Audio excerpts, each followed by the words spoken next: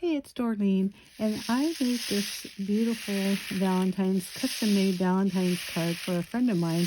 He wanted me to come up with something for his wife for Valentine's Day, so I wasn't sure what I wanted to do, but usually when someone asks me to do a custom card, I really like to kind of go above and beyond, and so shaker card was my first thought.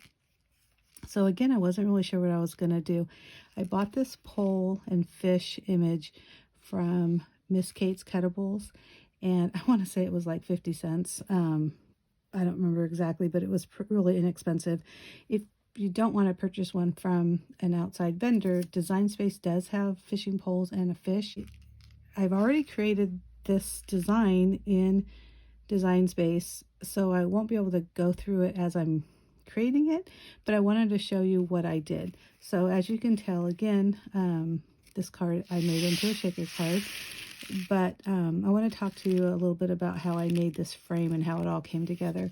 So here's what it looks like on Design Space. Now I usually do work with Design Space on my iPad. The fishing pole and the fish came together as one image, but I ungrouped them so I can make this frame.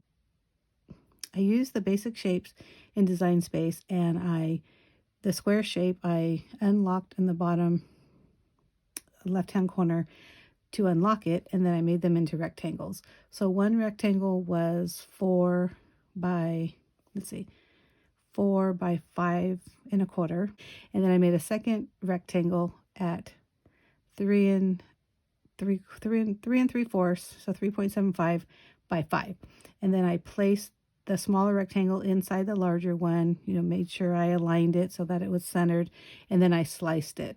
So hopefully all these words are making sense to you.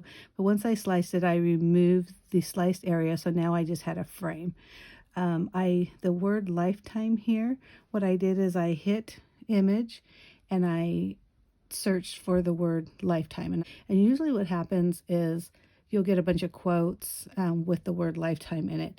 The good thing was they did have an image of the word lifetime, just the word lifetime. So I just grabbed that. So I inserted that in here. And what I did is I just moved it around until it was as long as the frame. And you need the words to connect, and you'll see why in a minute. And then with the pole, so like I mentioned earlier, I ungrouped these, and what I did is I kept the pole with all the pieces, so with all 3 layers, and I moved it over to my the frame, and then once I sized it where, again, it needed to touch somewhere. Now, wherever it was going to be, not overlapping, not too short, but it needed to touch. So once I figured out what that was, before I did my next step, I duplicated it. So, oops, that's why there's 2. One, I'm kind of pushing it to the side because I'm not working on that right now. And the other I kept here. Sorry, let me move these out of the way, just so you can see.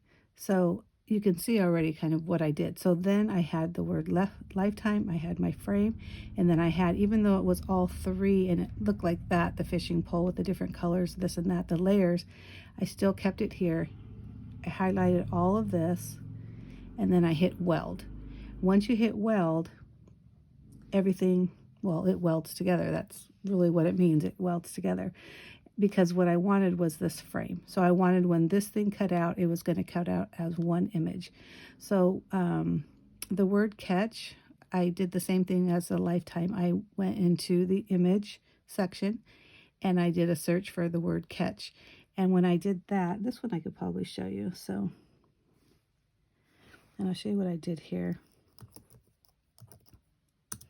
When you search for the word catch, all these little things come up. So what I do a lot, and if you're a follower of my channel, and if you're not, please hit the subscribe button below and you'll see more videos. But I do this a lot when I want to look for kind of keywords.